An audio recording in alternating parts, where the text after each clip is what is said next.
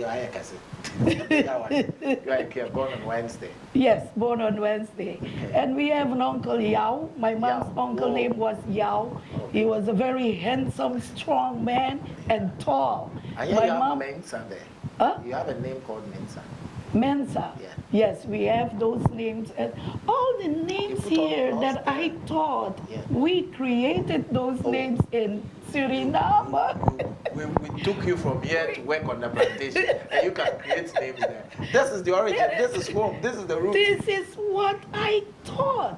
It's the only way that because I came here 25 years ago for the Panafest. And I came as a scientist, social scientist. Okay, good. At that time, I was a student at the university.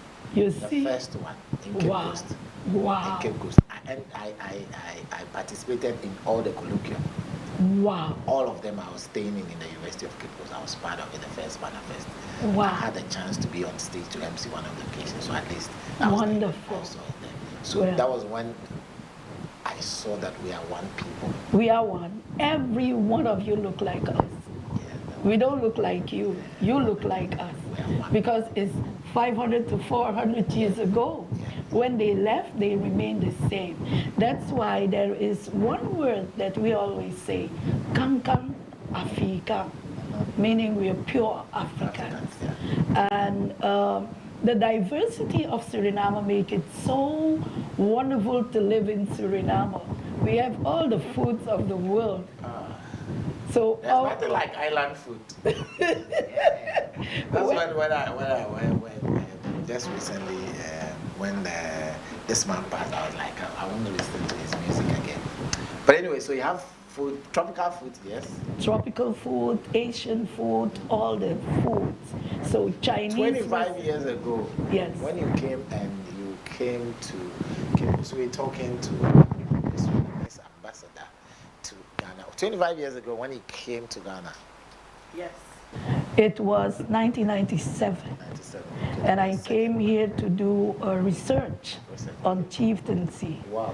So we came with 4 leaders, traditional leaders. With Panafest. Yes. Okay. So tell me, when you step foot, I want to see your reaction. When you step foot on Kotoka, yes, how was the feeling like? I was home. Thank you. And I told myself, because I was kind of an activist. I never wanted to live in America or in Europe. So I was like, I'm staying in Suriname, I'm studying in Suriname, and I want to contribute in Suriname. But when I came to Ghana, I told the older senior men, like, I want to live in this country. It was the only country I wanted to live because, you know, when we walk the streets, I saw what my mother was doing. You know, when you do the banku, like in the iron pot, we call it daidomi, like when you go like this. I saw the women alongside the street, and I saw people buying it. So when I went back home, I said, Ma, I saw you in Ghana. Thank you. And we, the okra soup, we still have it. And we eat it with our hand, right? Yeah. My mom told me it's the best way to eat it. And the granite soup, I say we are the best. And you saw the gari, we call it kwaka. I say we are the best. We are still doing it, and they never forgot their food. And so are the Asians that are in Suriname. They still speak their language of origin. And we still have the languages of Africa. Words are still there. And I can tell you, I tell it all over, that I was rebuking a cousin of mine when he was saying it is Twejampon, but we say Kejampon. And I thought it was an evil word. because I was rebuking him. I'm a Christian, so you cannot come with evil word with me. So I would tell him, in Jesus' name, I rebuke you. Until I came 25 years ago to say it's just a normal word of the Twi language, Twi-Jampon, the God that created everything. And it has the same meaning still. And Medase is a word that they never forget to say thank you. Right. We're talking to our Surinamese ambassador to Ghana. We were talking about the first time she came here. I just wanted to take her experience on the first time she stepped foot in the Cape Coast Castle and then Elmina Castle. She took part in Panafest. She came with some chiefs and then she was doing a research. But then I was also there, so I was going to ask her how she felt. If you travel and you step foot in a country, the reaction, the thing that, the goose pimples and everything, those are the things that touches you, something that shakes you. So I'm going to ask her, when you came to Ghana and then you moved to Cape Coast, that used to be our capital till 1877 when the capital was moved to Accra because of poll tax. So they were taxing the people, and our women decided to go on NECO demonstration. The governor had to run to Accra. That's one of the reasons why we moved. And then here, when you stepped foot in, you went to the castle? Yes. I went to both castles. The Elmina was the first one. Oh, good, because of the Dutch origin. Yes, and another Dutch origin one is Fort Amsterdam. Fort Amsterdam, in Anamabo. Yes. Anamabo. In that's Abanze. Cromante. Yes, Cromante and Abanze. They are twin cities. They fought. There's a fight between them. They have a song. They used to be one. And then they fought. So one moved from Cromante to Abanze. That's why they are now two. So they were one people. Originally they were one people. Okay, so Fort Amsterdam, Louis Armstrong, the greatest American trumpeter, he traced his ancestry to Abanze. So that's why Louis Armstrong traced his ancestry to. Wow. Yeah, so you went to Fort Amsterdam. Did you go to Anamabo? No. Okay, so next time you get a chance, go to Anamabo. I have to go there. Okay, they exported, that fort exported more slaves than any other castle or fort in the land of the Gold Coast. Wow. Anamabo. So from Fort Amsterdam, and then you go to Anamabo. That is Fort William. And then you go to Cape Coast, and then you go to Elmina. As for Elmina, the Dutch connection is so strong. I believe you went to the Dutch cemetery. No, not yet. Go there. Go check the names there. Yes. Of Dutch origin. Yes. When we went into the Elmina, it was strange to me. I didn't shed tears, but the chiefs and everybody was very emotional. Me too, but it was more like, we are survivors, Africans. I say I'm alive because some of them were so strong that their children make me their child, and that I could return to see how they suffered. Because the stories there are not, I don't say, are bad stories. You know, that a human being could treat other human beings like that, as if you do not count, as if God did not create you like they created them. And then they write the Bible, they have church saying, Lord, help me. And I don't think God was helping them. I don't think God was helping them, you know, because if you use the Bible is not against humanity, as I know it. But that was so inhumane that I don't believe that God was with them. But God want to teach us how we can survive, how strong we are. The strength of Africa is that we could endure slavery, and that we could beat slavery, and that when they reach those countries, they freed themselves from slavery. That's why we have maroons all over. Those who marooned themselves, freed themselves from slavery, and kept on their African heritage. That's why we have the African diaspora. Oh yes, when I went to Fort Amsterdam, we had a man with us. His name was Abani. And Albania is an African name too. Albania. I didn't know that, and I thought we created that name too. So all the name like Kwasi, you call it Kwesi, Abena, and the Abenas in Suriname are very popular. Okay. They have TV stations, radio stations. Okay. So if you go, one man, Paul Abena, is very popular. Oh, okay. I didn't know it was from Africa. Yeah. And they have their village on the island, they are maroons, those who did not take slavery. Let me ask you, let me go back and then ask you. For us here, Yes. growing up, we learned history. Yes. We learned about domestic slavery, and we learned about when the whites came. Yes. I'm going to ask you, growing up, how's your curriculum like? Did they tell you this is where you came from? Was it the history? Did they teach you all that so when you grow up, you know that this is where you're from? I know people come here and they're like, okay, we are going home. They're taking a pilgrimage home and all that. Did they teach you all that? Or well, they controlled your curriculum? They could not control my Beautiful. curriculum because I am a tribal person. I was born in a village and my ancestors freed themselves about 200 years before slavery was abolished. So my parents were telling me in the stories, the Anansi stories, and the stories that we are Kankang Afrikaan. And in my story is that my father did not want me to go to white man's school. Okay. And my mother was like, I don't understand that language, because when I gave birth to her, I could not understand the nurses. So I don't want her to go through that. Wow. So my father was the pure African way, the way to live and the way to educate your daughter. So I should not go to the white man's school.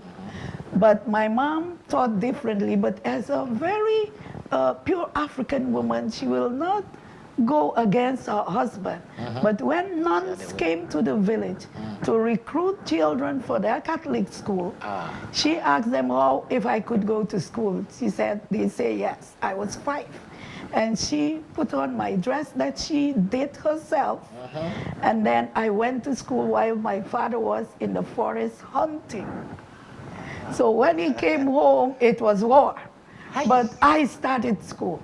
But then he was like, you need to know the African way of life, because that is the way our ancestors lived. So I knew we came from Africa. So in school, they have a little bit of history of Africa, where they teach you that Africans sold Africans. So you don't want to be in Africa. So there were 2 words. So Africans sold Africans for sugar and salt. So it was, yes, cheese. It's like Africans were mean people. And when you go into the news, in the media, international media, you will see them very poor. So you don't want to be in Africa. You'd rather be in Europe, you'd rather be in America, but not Africa.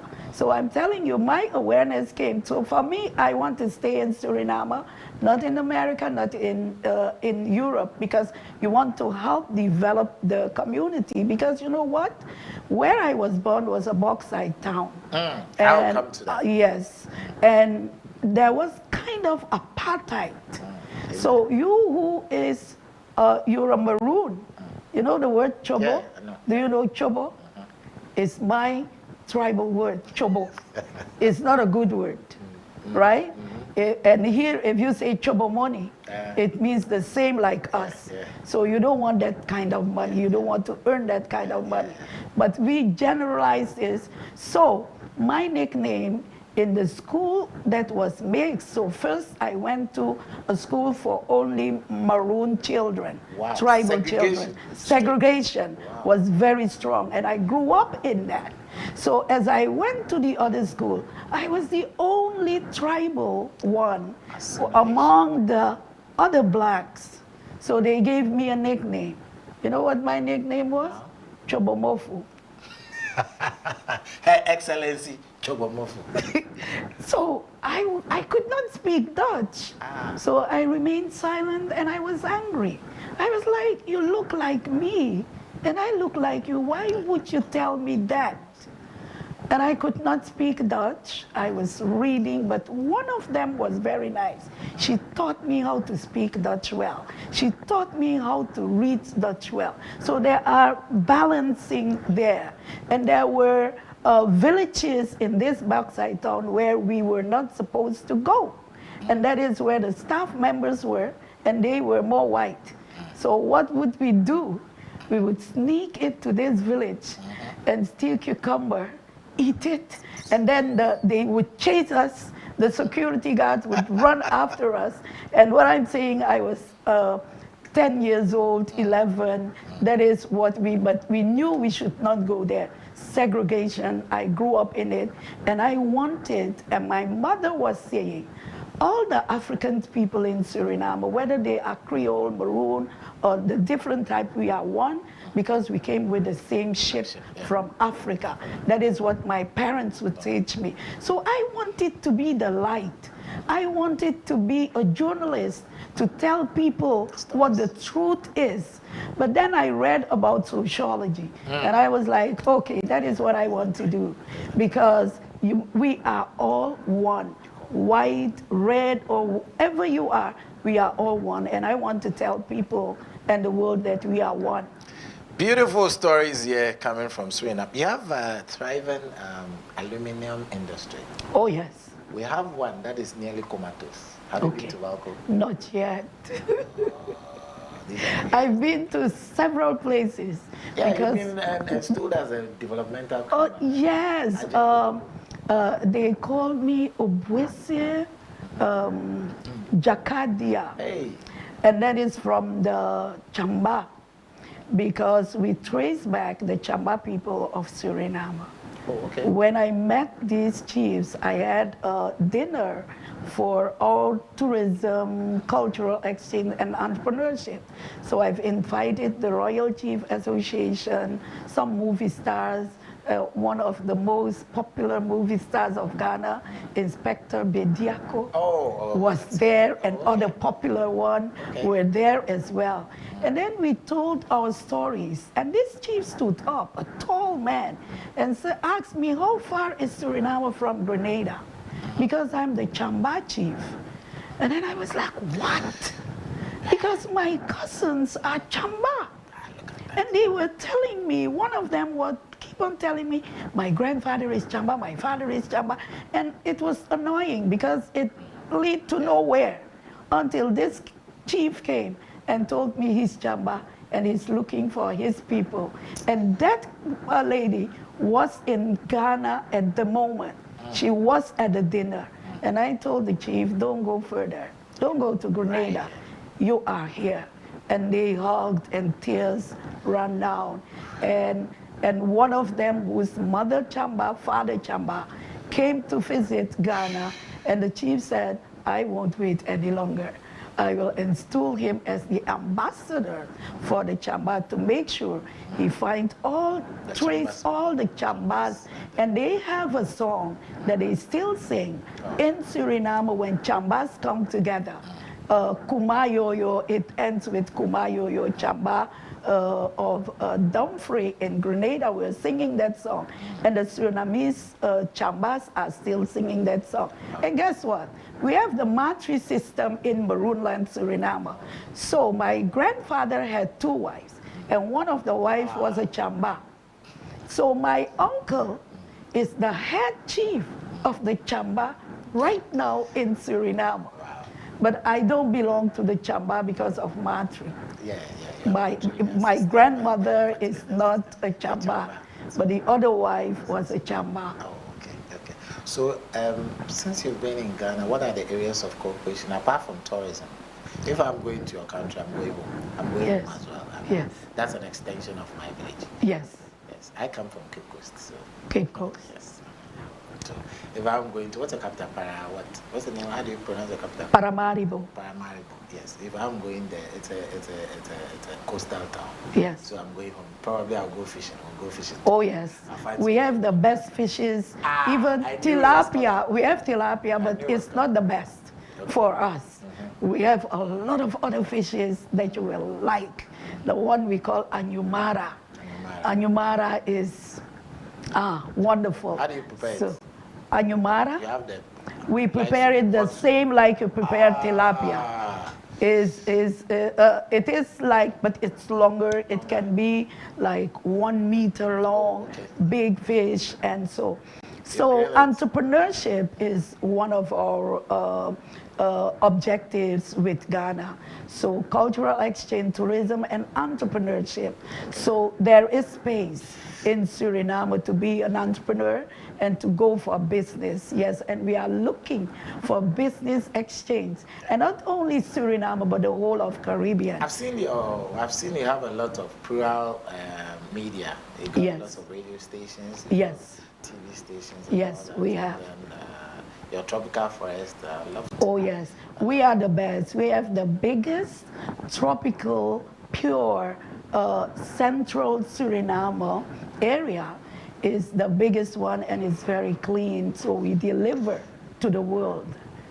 I'd love to see your typical tourism. How is like people go there? Yes. I am a student of tourism too. Wonderful. So please, what I want to ask, because tourism is business as well. You know, you have the hotels, and you have a lot of places that are doing businesses. You can have a company for a taxi company. You're a businessman. If you have a hotel, you're a businessman. If you have a restaurant, you're a businessman. You know, and the business, the actors of Africa have done a lot to promote Africa the most positive way to the diaspora.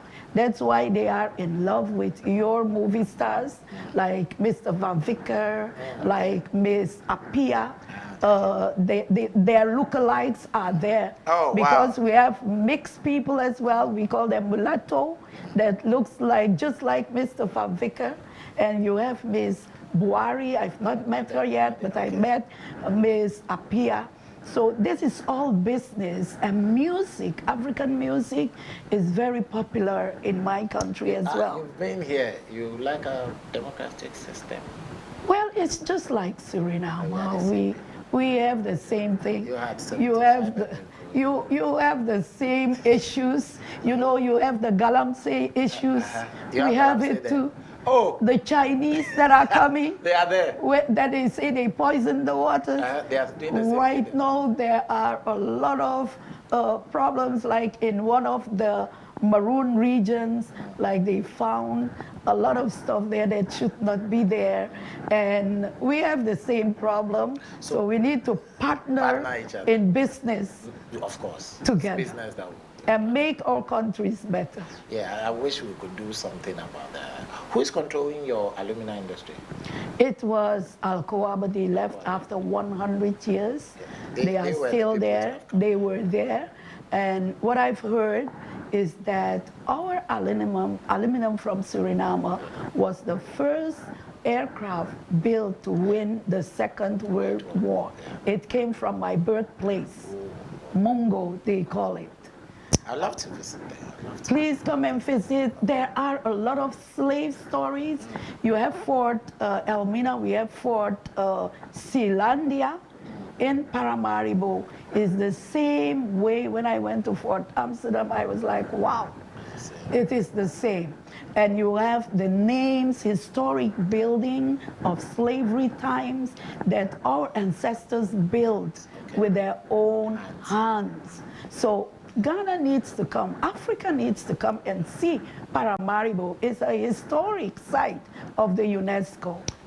Oh, good. I mean, just like ours, we have a historical Cape Coast Castle and then Elmina Castle have been designated World Tourist Centers. UNESCO has designated that. Then we'll go to Gori. But then we'll go, so what are your final words to Ghanaians as far as those who are interested in partnership is concerned? That's what I'm interested in. We in Suriname, we are one people. What are the areas that we can partner, apart from tourism? Apart from tourism and the business sector, let us do more on the food business. The food business is very important. If we look at and oil and gas, because we have oil as well. Okay. We have gold. We can partner in the areas where we can earn more of the minerals that we have together and the products that we produce. And you know what business is now very popular in Suriname? You know the kente? We still have it, and we love it. And the kente is very popular, but it comes from other countries. Wow. So what we want and what I advocate for is the direct flight to the Caribbean. To the Caribbean. Yesterday I was in a meeting, and this is what I have for all the Caribbean, CARICOM, Pan-African group. They have asked me, and I told them I will talk about you. This direct flight to the Caribbean will boost business between the Caribbean and Africa. Because what has become Caribbean is because of African slave trade. So let us have it, because all the other, Europe has direct flight to the Caribbean. America has direct flight. What should keep Africa from not having? Suriname and Ghana has a MOU, which is very positive, and we're working on it, and I hope it in a WhatsApp group. It's a private WhatsApp group that they asked to sign. What is your meaning? There are people that are against it. Especially the black community. Right, solid Christian and yes, and the diplomat. So you have to give a diplomatic answer. Oh God. Well, let's say I'm an African. Is that good for you? Yes, we are going to test that. I believe what my father was a chief. And when I came to Africa and bought the chief regalia for him, he went through his whole village to tell them, I went to Africa and I brought Africa, because he says, the girl, the children, if they do good, it's because of daddy. Okay. So he says, because of him, I could come to Africa to bring back Africa. So please, let us work together and let us get closer to one another. And CPAN will have a meeting with African Union, I believe this year, and they will talk about reparation and also about business. So business is important for Ghana, for Africa, and for the Caribbean. Okay, I'd like to say a big thank you to Her Excellency Fidelia Graand-Galon. Next time we'll talk about things in the other side. She will definitely be here again. We'll talk about things in detail. Today we just scratched the surface of it. It's been an amazing experience. We've talked about slavery. We've talked about the way and life of the Surinamese. They are more like us. Business opportunities that will delve into it deeper. She's advocating for a direct flight to the Caribbean. I think it's about time. Captains of industries, let us come together. We are brothers, we are sisters. Let us learn to be one. And afterwards, when we are one, you can think about reparations. When the Jews are talking about reparations, how much more us? 400 years of slavery, it's time we get what